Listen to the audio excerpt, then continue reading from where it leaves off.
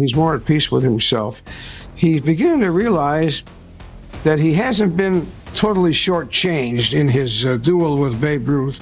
The thing that people should know about Henry is how good a player he was, how good an all-around player he was. That's one of the most overlooked aspects of his career. When you look at Hank Aaron's career, you can see a steady trail of white guilt. And you know that white guilt existed because on the 25th anniversary, when he broke Babe Ruth's record for 714, all of a sudden they're doing all these things. One of the things that all good hitters have to deal with is people say, oh, he was just gifted. He wasn't just gifted. He worked and worked and worked to get where he was. Drove in more runs than Lou Gehrig, scored more runs than Willie Mays, and had over 12 more miles in total bases than the runner-up, Stan Musial. In America's mind, Babe's still the king, you know, but in the minds of us that play baseball, that are in baseball, Hank is the king, and you know, he'll always be the king. Why did baseball take so long, though, to reach out to Hank Aaron? I don't think Hank was ready in the past to reach out to anyone. He wouldn't have appreciated it. He wouldn't have felt good about himself. He wouldn't have felt good about the award that they're named after him and for him. Maybe right now that we're talking is Henry Aaron right now in baseball. I think he's able to wait and keep his hands back and swing real quick at the ball. I think he expected more out of what he was doing and what he got, but he would never tell you that and he would never express it. When you talk to Aaron, I think you understand the depth of how it really affected him and the bitterness and the anger. Hank Aaron was subject to the interpretation of the white press, like so many other black athletes, calling them natural athletes. 3-1 pitch. There's a drive into left field. That ball is going, and out of here. Henry Aaron has just tied Babe Ruth in the all-time home run parade. I don't know that Henry is bitter, but why he should be. For nearly 4 decades, Babe Ruth's home run record hung in the national consciousness like a sacred object. He burned with this hard, gem-like flame that was constant. And as a result, you can't disparage his numbers by saying he played so long. See, that was the one thing that you didn't do. You just didn't beat Ruth. Hardcore baseball fan sort of resented seeing Babe Ruth's name come down, and there are a lot of them who didn't like the fact that it was a black player doing it. That was the year I honestly believed that he would have hit 400. He was getting at least 2 hits in almost every game. I think people get the fact that he hit the home runs, but they don't understand the sacrifice. They don't understand the human sacrifice, the toll that it took, and what it took for him to not blow up. I would say he was like the lost sheep of the great ones. He never got that great of attention. Well, I think he contributed the same sort of thing DiMaggio did. There was a quiet excellence there. There was no ostentation. I didn't feel a thing. Hank told me, you know, that what he's gonna do. He said, I'm tired of this. I'm gonna get this over with right now. He was such a low-key guy that, you know, me being from New York, and maybe they overshadowed him at that particular time. Mickey Mantle, the New York Yankees legend, once said something that shocked the baseball world. As far as I'm concerned, Aaron is the best ball player of my era. He is to baseball of the last 15 years what Joe DiMaggio was before him. This was not just any compliment. This was a rival admitting defeat. But here's the mystery. Why did the greatest home run king receive death threats instead of celebration? Today, you will hear the story that Chipper Jones tells about being drafted, the terrifying advice about facing Bob Gibson, and Muhammad Ali's ultimate compliment. Drop a comment.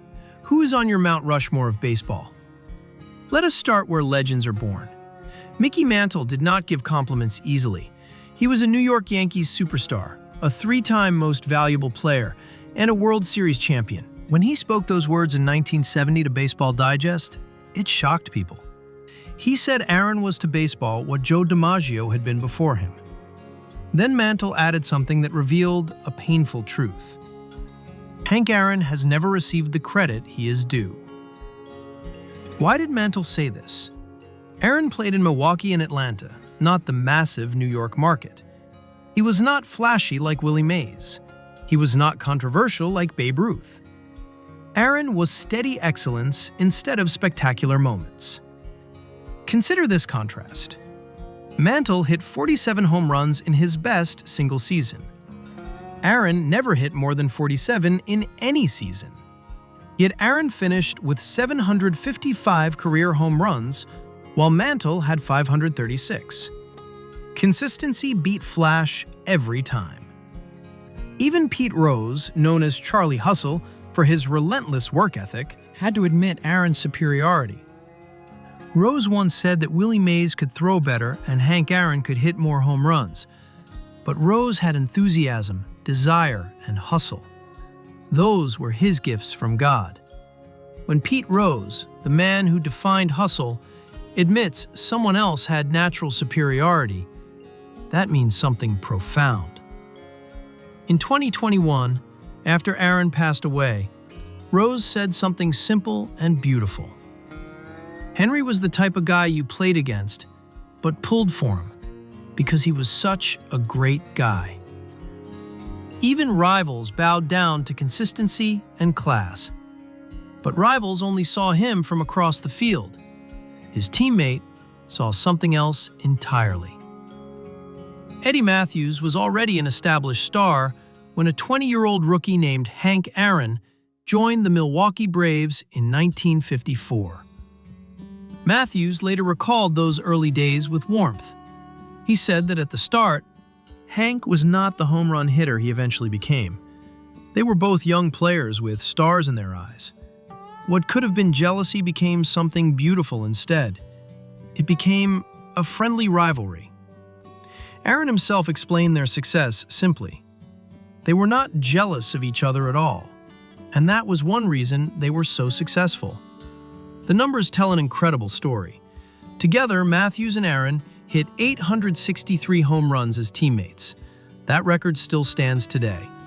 They beat even the legendary partnership of Babe Ruth and Lou Gehrig by nearly 100 home runs. This was not just about statistics. This was brotherhood in competition. By 1973, Mathews had become the manager of the Atlanta Braves. Aaron was chasing Babe Ruth's sacred record of 714 home runs. Mathews made a prediction that would prove prophetic. He said he did not know where Hank would break Ruth's record, but he knew one thing. 10 years from the day he hit it, 3 million people would say they were there. The moment arrived on April 8, 1974. Mathews was right. But there was one teammate who got closer than anyone, close enough to see Aaron's darkest moments. In 1967, a young athlete named Dusty Baker had one prayer. Please do not let the Atlanta Braves draft me. He did not want to go to the Deep South. There was racial unrest, riots, and freedom marches happening across the region.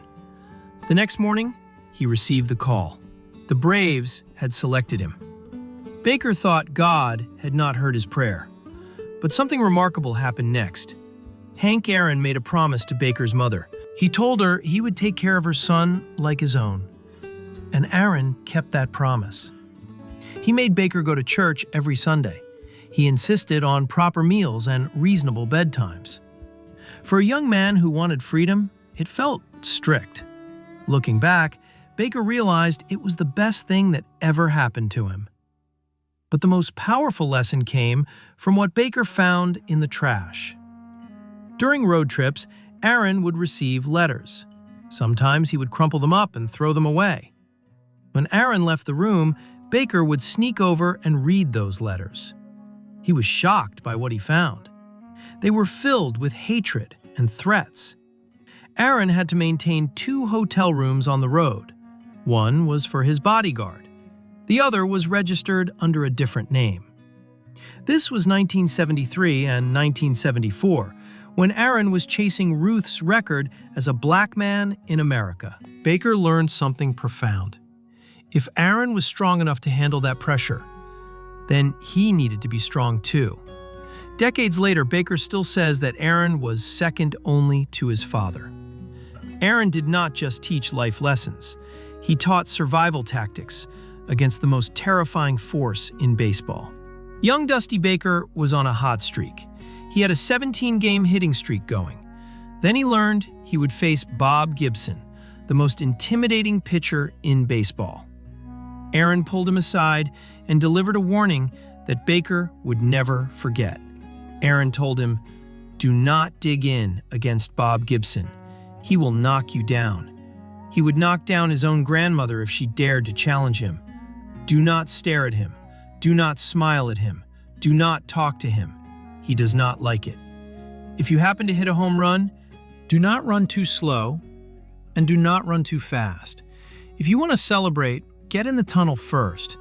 And if he hits you, do not charge the mound because he is a Golden Glove boxer." Baker listened to this detailed battle plan and thought about his hitting streak. That night, the streak ended. The advice was specific because Aaron understood something crucial. He knew the psychology of every pitcher he faced. Against Sandy Koufax, Aaron hit 362 with 7 home runs. Of all the great hitters who faced Koufax regularly, Aaron was his toughest challenge. Against Bob Gibson, Aaron hit only 215, but still managed 8 home runs. The difference was not fear, it was strategy.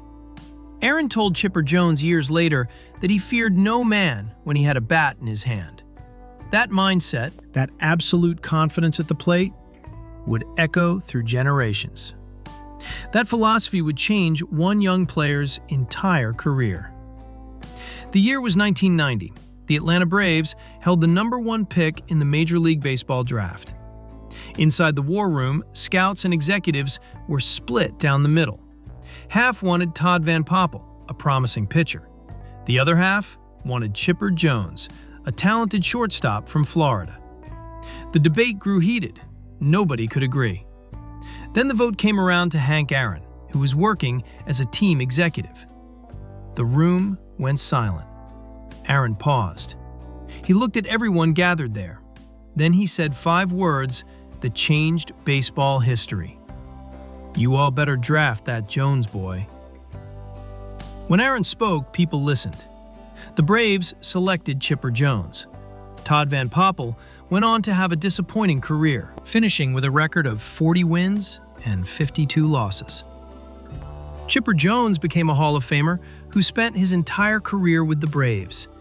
Years later, Jones admitted the truth. He would not be where he was without Hank Aaron. But Aaron gave Jones more than just a career. He gave him a philosophy. Jones once asked Aaron about his fearlessness at the plate. Aaron told him something simple but profound.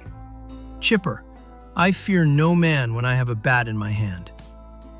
This was the same mindset Aaron used facing Bob Gibson, facing Babe Ruth's ghost, and facing the racism that threatened his life.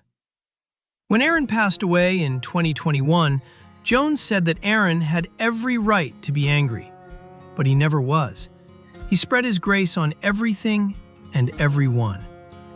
That grace under pressure would face its ultimate test in 1973. As Aaron closed in on 714 home runs in 1973 and 1974, something dark happened. Death threats arrived daily. Hate mail flooded in. Dusty Baker witnessed it all. Aaron needed 2 hotel rooms on every road trip. One room was for his bodyguard. The other was registered under a fake name for Aaron himself. This was not paranoia. This was survival. Aaron later described his isolation during this period. He said that even though he was accomplishing something great, nobody wanted to be a part of it. He felt thrown to the wolves. Congressman Andrew Young watched it all and later said that through his long career, Aaron had been a model of humility, dignity, and quiet competence. Then came April 8, 1974, at 9:07 in the evening.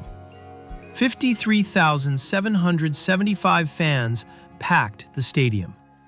Hal Downing threw a 1-0 pitch. Aaron sent it into the left field bullpen. Home run number 715. Eddie Mathews' prediction was coming true. Muhammad Ali was watching. The boxing legend later said that Hank Aaron was the only man he idolized more than himself. But Aaron did not celebrate wildly. He ran the bases with quiet dignity. He just wanted to move forward. The record stood for 33 years, until Barry Bonds broke it in 2007. Aaron could have been bitter. Instead, he recorded a gracious video message congratulating Bonds. He said his hope was that this achievement would inspire others to chase their own dreams. From breaking records to breaking barriers, Aaron's impact reached beyond numbers. The numbers speak for themselves. 755 home runs, a record that stood for 33 years. 2,297 runs batted in. That record still stands today. 6,856 total bases. Nobody has come close. 25 All-Star selections, a monument to consistency. But the real record was something different. 0 compromises on dignity. MLB Commissioner Rob Manfred said it perfectly. Hank Aaron belongs on the sports Mount Rushmore. He stood above all others, on and off the field. Remember when Mickey Mantle said Aaron never received the credit he deserved? The truth is, Aaron received something better than credit. He earned universal respect. Rivals praised him. Teammates protected him. Young players became like sons to him. Even the man who broke his record honored him with deep reverence. Dusty Baker, now in his 70s, still asks himself one question when facing challenges. What would Hank do? That is legacy. In 2002, President George W. Bush awarded Aaron the Presidential Medal of Freedom.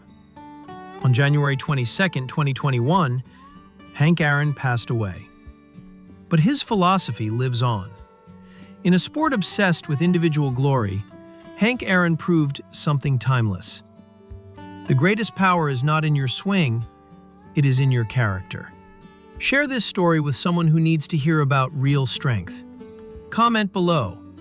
What lesson from Hank Aaron will you carry forward? And remember, fear no challenge when you have purpose in your heart.